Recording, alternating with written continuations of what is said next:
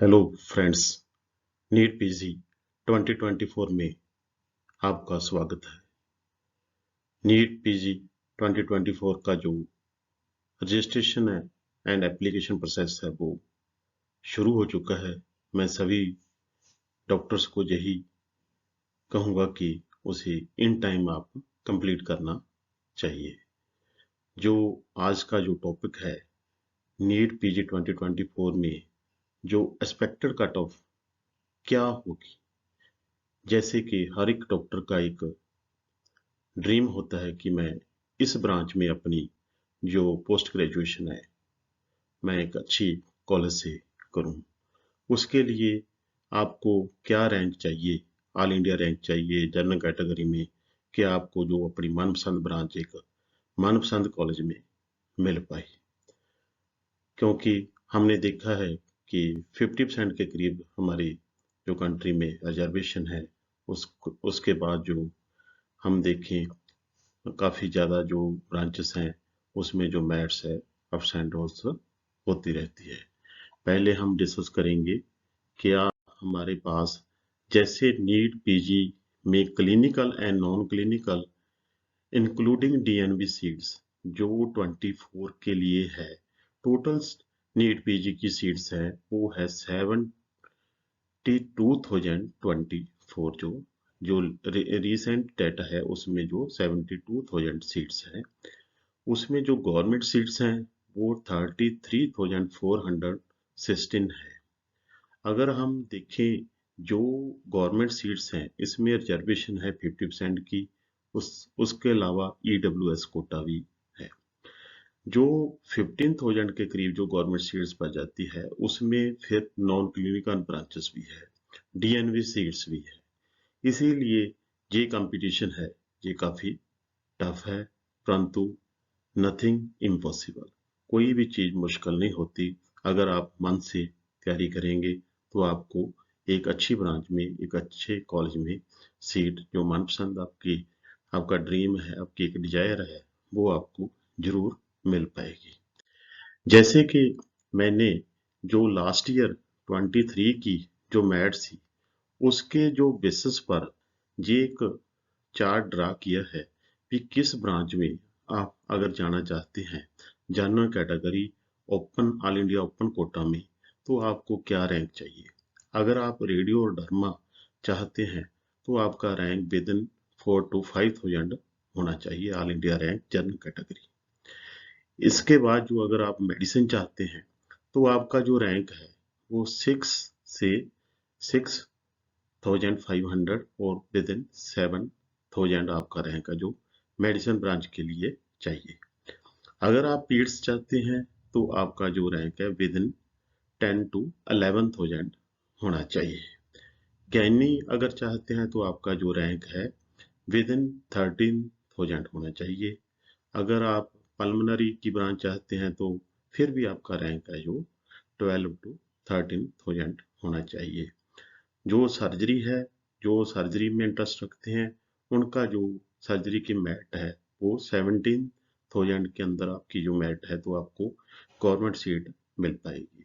उसी तरह जो ऑर्थो है वो आपको 15,000 में मिल पाएगी। जो ऑप्था है वो 25,000 के करीब आपको विद इन 25,000 मिल पाएगी।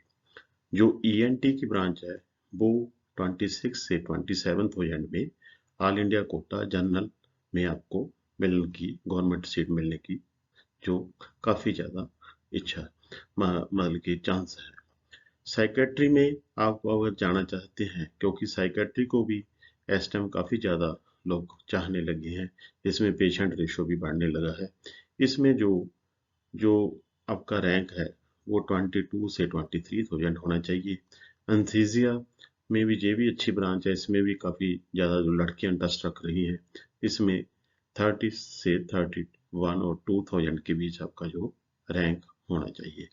ये 1 by 1 जो क्लिनिकल ब्रांचेस है गवर्नमेंट कोटा में जनरल कैटेगरी में, ये आप चेक कर सकते हैं। अगर आपका रैंक विद इन दिस आता है तो आपको जरूर एक गवर्नमेंट सीट मिलेगी।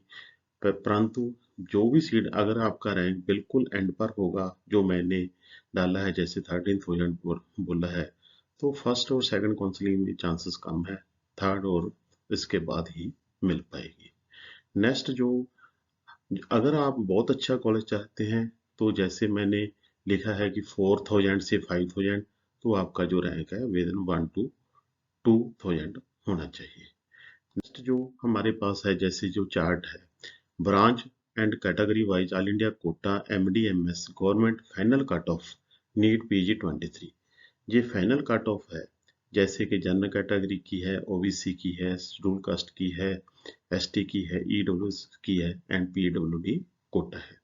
इसमें आप चेक कर सकते हैं भी जो रेडियो ब्रांच है वो जनरल कैटेगरी में किस रैंक पर गई है, OBC में किस रैंक पर गई है और SC कैटेगरी में किस रैंक पर गई है। ये बिल्कुल लास्ट राउंड है, फाइनल राउंड है, इसमें कोई सीट नहीं बची सी, इसलिए ये कॉलम कुछ खाली है। जैसे ही डरमा है उसी तरह है ये कैटेगरी वाइज आप general, OBC, SC ST check कर सकते हैं। मेडिसिन की ब्रांच है, पीड्स की ब्रांच है, ऑब्स एंड गायनी की है, पल्मोनरी है।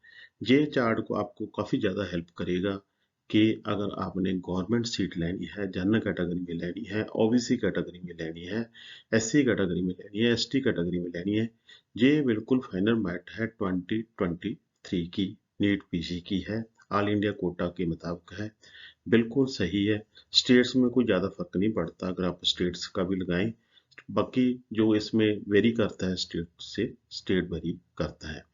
ये मैं सभी क्लिनिकल ब्रांचेस का जो आपके साथ मैं 1 by 1 डिस्क्राइब करूंगा। नेक्स्ट टाइम इसी तरह और ब्रांचेस का भी आपके साथ डिस्क्राइब करूंगा, परंतु मेरी वीडियोस को मैक्सिमम शेयर करना, लाइक करना, सब्सक्राइब करना। नेक्स्ट जो ब्रांचेस है, जैसे सर्जरी की है, ऑर्थो है, ऑप्था है, ENT है, साइकेट्री है, एंथीजिया है। जैसे हम देखें जो एंथीजिया कैटेगरी है, इसमें जो जर्नल की जो, इसे हम वैसे तो जो पैरा क्लिनिकल है फिर भी हम क्लिनिकल में इसे देखते हैं। जो अगर एंथीजिया ब्रांच में देखें तो भी जहाँ ये मेरिट है 31,138 गई है। OBC कैटेगरी में यही जो 34,138 में गई है। एक मैंने देखा है जो OBC में जाता है वो ही मोस्टली EWS में नज़दीक से जाता है। SC कैटेगरी में ये 53,000 गई है, ST कैटेगरी में 94,000 गई है, EWS कैटेगरी में 36,000 गई है। अगर मैं यही कहना चाहता हूँ, अगर कोई स्टूडेंट OBC है तो उसे विद इन 34,000 रहना पड़ेगा। अगर जनरल कैटेगरी है तो उसे विद इन 31,000 रहना पड़ेगा। अगर SC कैटेगरी है तो उसे 50 और 53 के अंडर रहना पड़ेगा। ST कैटेगरी है तो 94,000 के करीब जाना पड़ेगा। EWS है तो 36 और 35 के अंदर रहना पड़ेगा अगर एक आप क्लिनिकल ब्रांच गवर्नमेंट सीट चाहते हैं तो इसके लिए। उसके बाद जो DNB है उसमें हम 10% हम अप मेरिट कह सकते हैं कि DNB ब्रांच में जाएगी। इसी तरह आप मेरे चैनल से जुड़े रहना, मैं आपके साथ ऐसे ही 1 by 1 चीज़ें शेयर करता रहूँ। मेरी वीडियोस को मैक्सिमम शेयर करना, लाइक करना, सब्सक्राइब करना दोस्तों। बस जो अब समय चल रहा है रजिस्ट्रेशन का है, उसके बाद जो एप्लीकेशन प्रोसेस है, सभी कुछ मैंने जो वहाँ पर जो मैं यूजर मैनुअल भी है, आप जो उसका इंफॉर्मेशन बुलेटिन है अच्छी तरह रीड कीजिए, उसमें सभी जो चीज़ें उन्हें डाली है, वहाँ पर आपको कोई प्रॉब्लम नहीं आएगी। हेल्प डेस्क भी है, वहाँ पर कॉल कर सकते हैं। फिर भी कोई हेल्प की ज़रूरत हो तो आप मुझे कॉल कर सकते हैं, मैसेज कर सकते हैं। मैं आपका सभी का जो प्रॉपर टाइम पर रिप्लाई दूंगा। मेरी वीडियोस को मैक्सिमम शेयर एंड सब्सक्राइब करते रहना। थैंक यू दोस्तों।